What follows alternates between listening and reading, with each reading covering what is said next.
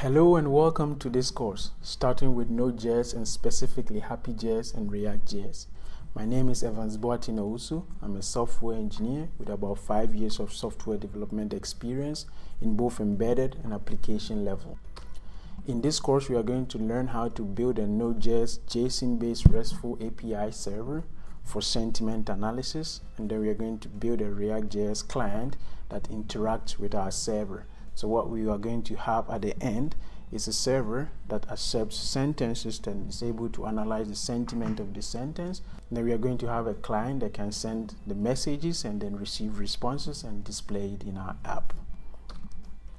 In this course, it will be very nice if you had basic programming knowledge. We expect this course to be interesting learning by doing course. So everything that we're going to talk about, we'll implement it and then you're going to see it in the course.